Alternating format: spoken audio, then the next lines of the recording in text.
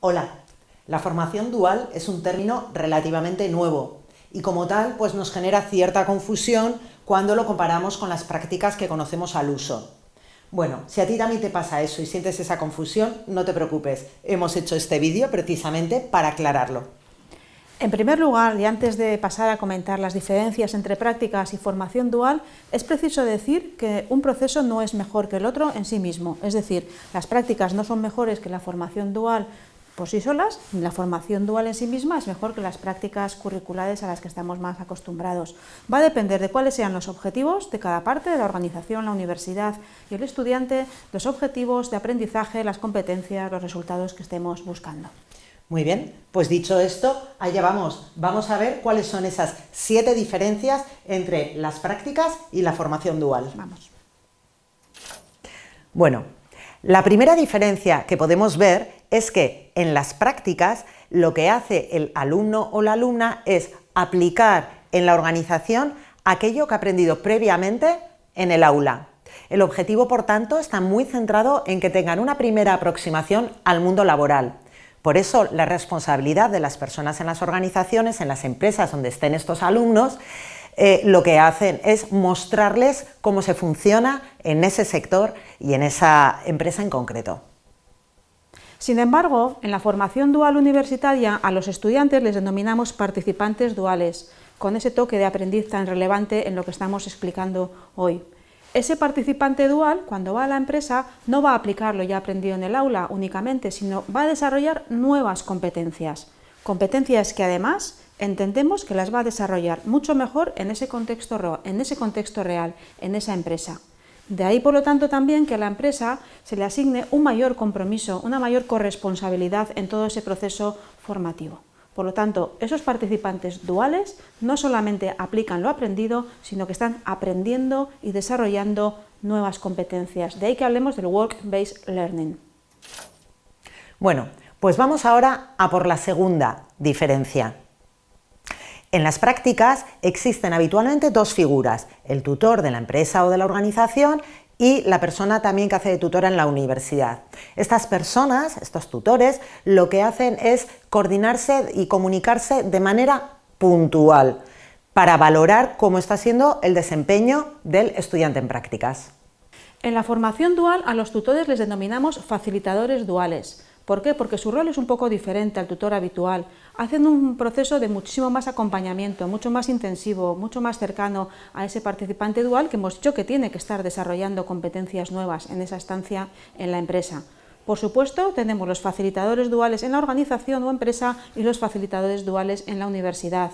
Y es muy relevante que esas dos personas, facilitadores duales de empresa y de universidad, trabajen juntos para hacer un coseguimiento muy intensivo también a ese participante dual que les permita darles un buen feedback y que permita, por lo tanto, un crecimiento y un desarrollo máximo de las competencias adquiridas en la empresa. La tercera diferencia consiste en los contenidos. Cuando estamos hablando de prácticas, generalmente los contenidos de esa práctica van a estar muy definidos por lo que decide la empresa, el enfoque que pone la empresa.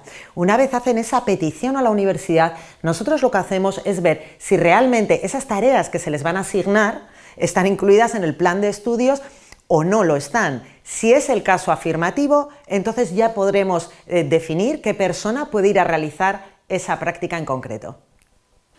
En lo que respecta a los contenidos, hemos de resaltar en cuanto a la formación dual universitaria la importancia de consensuarlos previamente, y eso lo hacemos a través de un proceso de codiseño, un codiseño entre el facilitador dual en la empresa y el facilitador dual en la universidad, que se tienen que sentar juntos para entenderse mutuamente, entender por una parte cuáles son las competencias que un participante dual tiene que desarrollar y entender también cuál es el contexto de la organización para buscar la mejor manera en la que esas competencias sean desarrolladas y además atienda también a necesidades reales de la organización, como no puede ser de otra manera. Todo ello desemboca en un proyecto formativo individualizado que atiende a dichas competencias, a proyectos reales en las empresas, para que ese proceso sea lo más satisfactorio para todas las partes. Vámonos a la cuarta diferencia, y esto tiene que ver con el proceso de enseñanza-aprendizaje, que en las prácticas lo consideramos secuencial e independiente.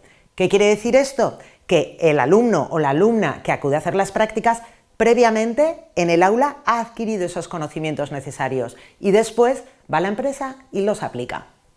En lo que se refiere al proceso, en formación dual no hablamos tanto de un proceso secuencial, sino que hablamos de un proceso iterativo e integrado. Iterativo porque estamos iterando lo que ocurre en la universidad con lo que ocurre en la empresa, e integrado porque estamos uniendo los dos mundos. No son dos mundos paralelos, son dos mundos que se unen en un proceso de aprendizaje para desarrollar de la mejor manera posible las competencias. Por eso estamos convencidas de que la formación dual universitaria, basada en el Work-Based Learning, como decíamos antes, es un proceso que lo que provoca es que sea mucho más significativo ese aprendizaje. ¿Y qué es significativo? En la Universidad de Deusto lo tenemos muy claro, un aprendizaje que te queda, que te deja huella, que te lo llevas puesto para siempre. Bien, vamos a por esa quinta diferencia, que en esta ocasión tiene que ver con la evaluación que se realiza, en este caso, de las prácticas. ¿Cómo la realizamos? Bien, pues es una forma o una fórmula sumativa. Hacemos medias entre lo que valora la persona de la empresa y la persona de la universidad.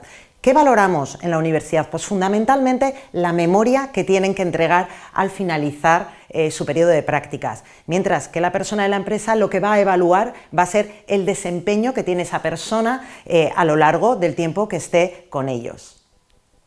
En la formación dual universitaria hablamos de coevaluación. Recordad, hemos hablado de codiseño, hemos nombrado el coseguimiento y el final del proceso, o más bien es a lo largo del proceso, porque tiene que haber un feedback continuo, pero lo importante es que es coevaluación. No hay dos evaluaciones paralelas y separadas por parte de la empresa o de la universidad, sino que los dos facilitadores, de empresa y de universidad, se juntan, conversan, la conversación es muy importante y desde las dos distintas perspectivas hacen esa coevaluación del desempeño del estudiante, de cómo ha adquirido las competencias que se espera que desarrolle en la estancia dual. Vamos ahora a por la sexta diferencia, que tiene que ver con la remuneración. En las prácticas, tal como lo entendemos hoy en día, es algo absolutamente opcional. La regulación dice que es algo opcional por parte de la empresa, es decir, es la empresa la que, dependiendo de sus políticas salariales, decide si retribuirlo o no retribuirlo. En la formación dual universitaria, la remuneración es claramente obligatoria. La organización que acoge a ese participante dual, en proporción a las horas, obviamente, de su estancia en la organización, ha de remunerarle y ha de remunerarle en función de lo que diga el contexto legal vigente y, como mínimo, siempre estamos hablando del salario mínimo interprofesional. Bien, y vamos ya a por la última diferencia, y esta tiene que ver con el marco jurídico que regula las prácticas. En este caso, y en nuestro contexto, están reguladas por un Real Decreto 592 del año 2014 y quedan absolutamente reguladas como son las prácticas académicas externas. La formación dual universitaria viene regulada por el Real Decreto Ley 32 de 2021, el que conocemos todos popularmente en España como la reforma laboral, en donde introduce un contrato formativo, que es el contrato de formación en alternancia. Es un cambio de perspectiva porque estamos diciendo que un proceso de aprendizaje viene regulado también por un contrato laboral.